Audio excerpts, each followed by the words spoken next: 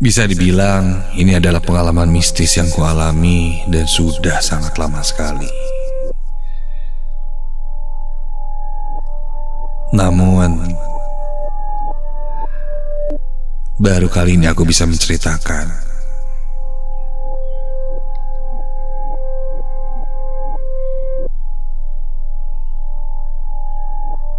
Ada satu dan lain hal yang membuatku tidak bisa untuk menceritakan ini. Entah kenapa, sulit rasanya. Mungkin karena sosok yang aku temui itu sepertinya tidak ingin diceritakan lagi. Tapi malam ini aku akan coba menceritakannya.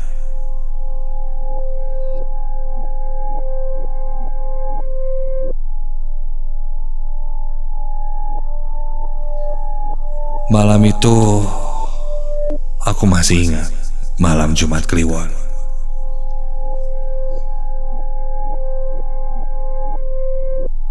Ketika itu aku akan pulang menuju ke Bandung, rumah orang tuaku. Oh iya, namaku Adi. Asalku dari Indramayu. Aku bekerja sebagai pengajar di sebuah bimbel atau tempat bimbingan belajar yang cabangnya cukup banyak di beberapa kota. Dan ketika itu aku mengajar di cabang Cirebon.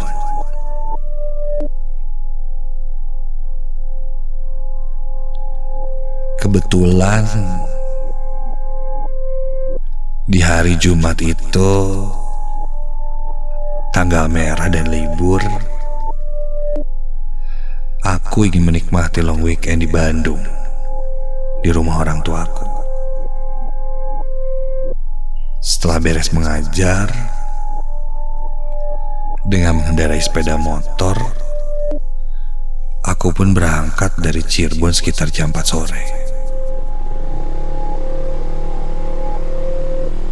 Namun karena saat itu cuaca sedang tidak bagus, mendung, bahkan tiba-tiba saja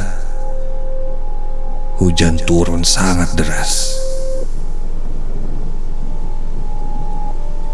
Hari semakin gelap. Ketika itu aku sudah memasuki daerah Sumedang.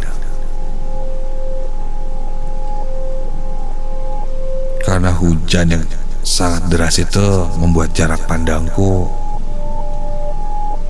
jadi tidak terlihat dengan jelas. Sehingga aku memutuskan untuk berteduh dulu di satu tempat, menunggu hujan agar reda. Dan aku ingat ada cabang bimbel tempatku mengajar yang juga ada di daerah Sumedang.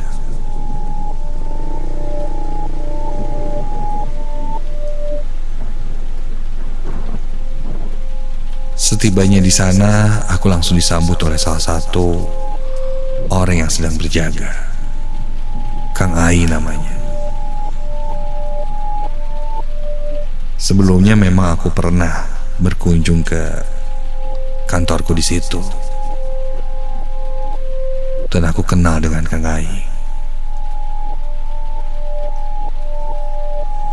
Kang Ai bertanya kenapa malam-malam seperti ini datang kemari. Aku pun bilang menunggu hujan karena mau pulang ke Bandung. Kang Ai menyarankan padaku, karena sudah malam dan hujan seperti ini, sepertinya akan lama redanya. Dia menawariku untuk menginap saja. Besok pagi barulah pulang ke Bandung. Karena jalan menuju Bandung masih jauh, dan jika sudah semakin malam, katanya cukup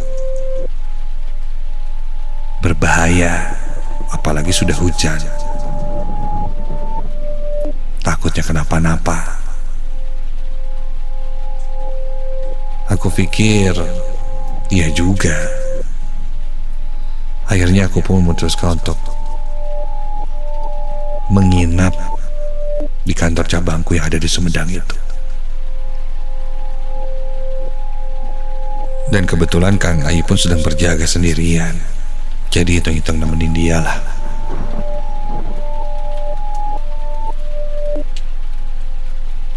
Aku pun langsung diantar menuju bagian belakang bangunan kantor itu.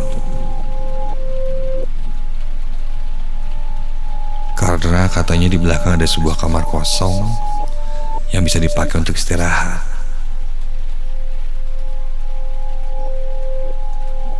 Ketika berjalan ke arah kamar,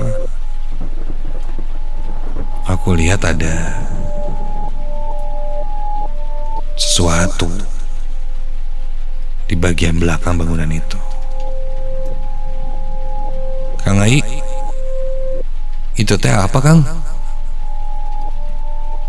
Kang Ai pun bilang, yang kulihat itu ternyata sebuah sumur tua yang berada di tengah-tengah antara musola dan kamar mandi. Dari bangunannya, kantor cabangku ini sepertinya dulunya bekas bangunan Belanda. Terlihat dari kamar mandinya yang masih sangat jadul.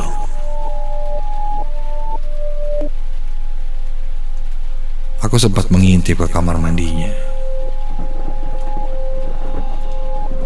Ada 6 kamar mandi yang baknya menyambung sepanjang kamar mandi tersebut.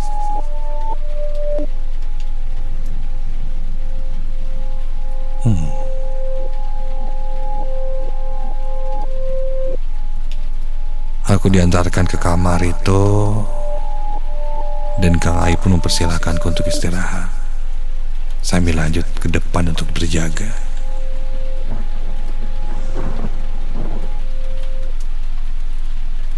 Setelah bersih-bersih sebelum pergi tidur dan istirahat,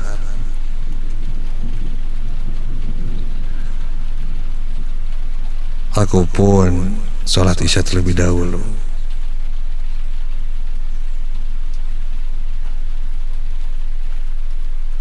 Ketika baru saja selesai sholat,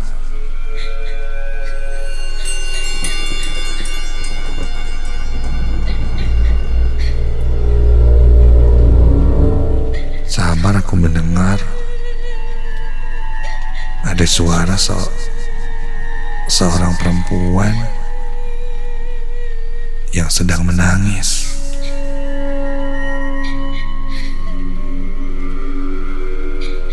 Dan suaranya persis ada di belakangku.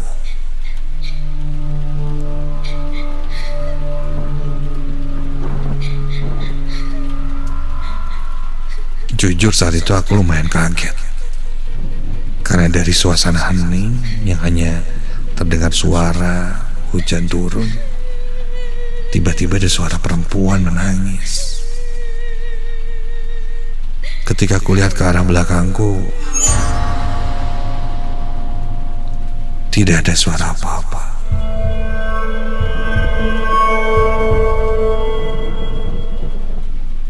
Dan tidak ada siapa-siapa. Seketika hilang ketika aku lihat ke belakang.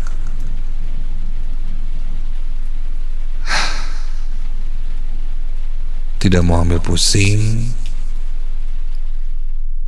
aku lalu memutuskan untuk tidur saja, beristirahat.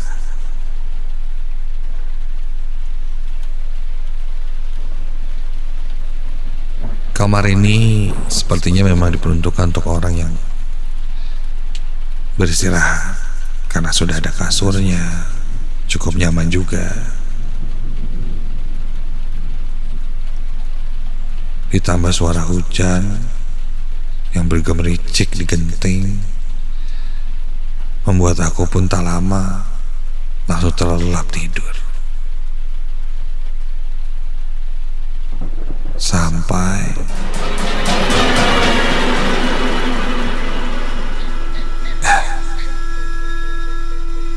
aku terbangun ketika mendengar ada suara tangisan lagi. Tuh. Iya, jelas suara perempuan sedang menangis. Dan ketika itu kuliah sudah jam 12 malam.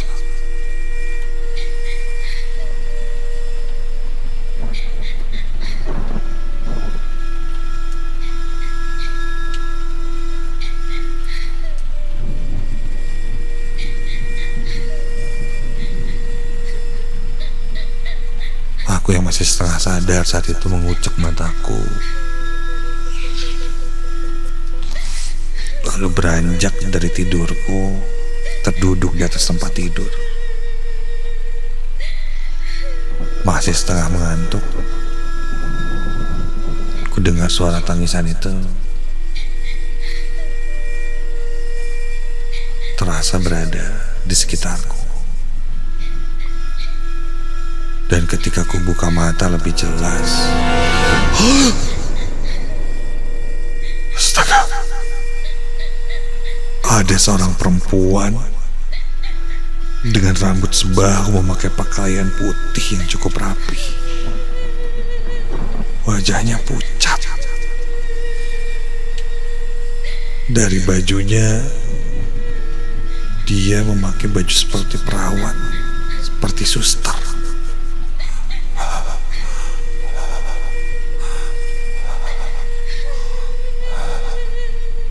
Dia berdiri tepat di depan pintu kamarku.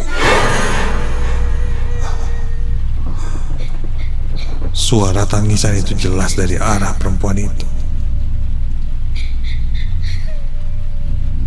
Matanya terpejam, ekspresi rautnya menangis, pucat namun tanpa air mata.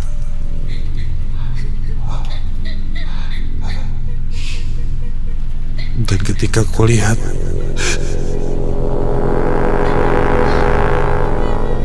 sosok itu tidak menapak ke lantai, melayang sekitar 30 cm di atas lantai.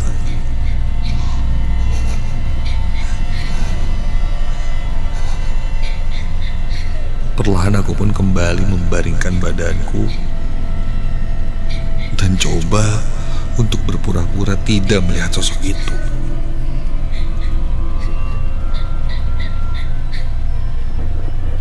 Suara tangisannya masih terdengar.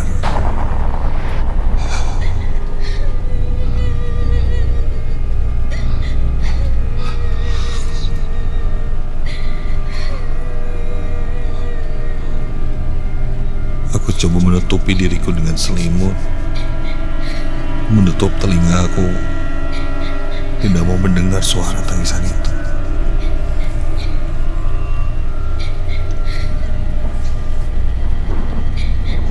Sampai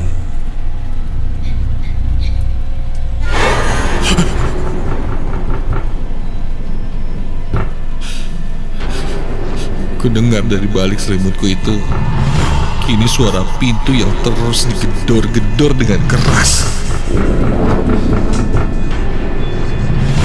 Iya, terus digedor dengan keras, seperti memaksa aku untuk membuka pintunya.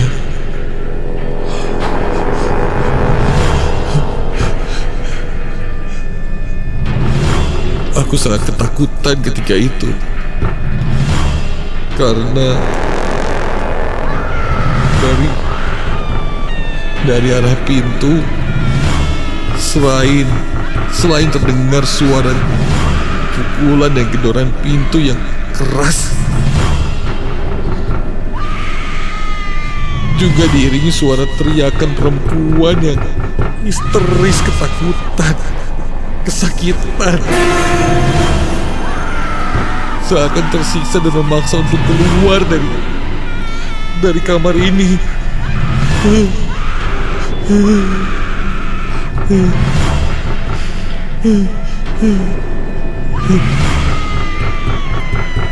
Sampai terdengar suara pintu dibuka.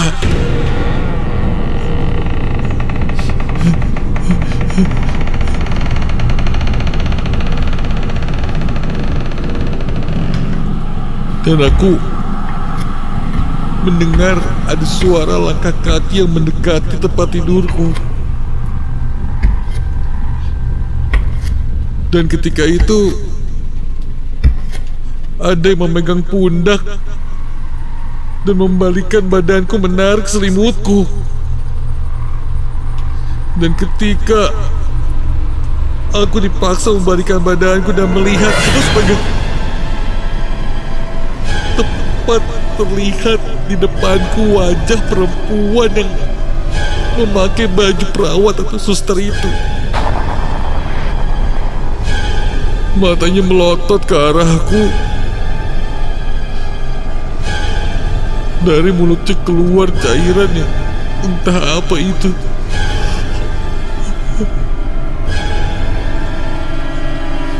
Dia seperti tercekik sesuatu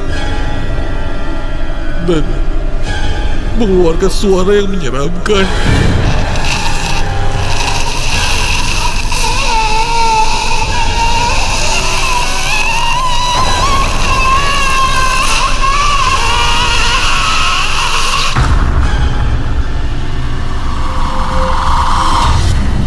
Ketika itu aku berteriak sekencang-kencangnya.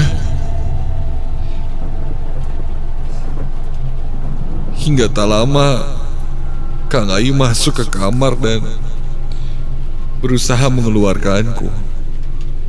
Dia membopongku keluar dari kamar itu.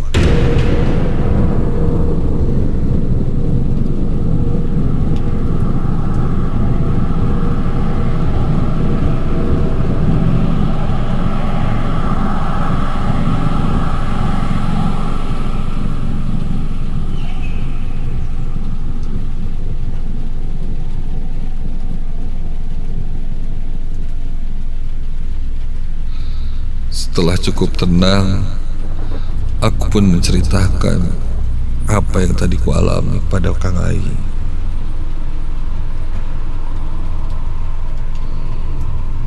Kang Ayu pun membenarkan bahwa memang ada satu sosok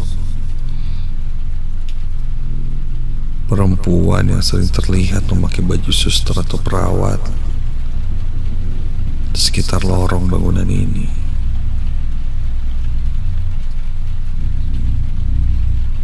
Dulu konon katanya itu adalah salah satu perawat yang ada di tempat ini. Dari rumor yang beredar,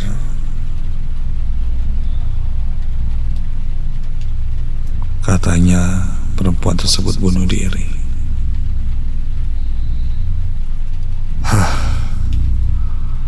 Mendengar itu jantungku lemas. Melihat wajahnya saja, aku tidak mau membayangkannya dua kali. Ingin ku hapus dari ingatanku, namun selalu menjadi mimpi terburukku jika aku mengingat wajahnya.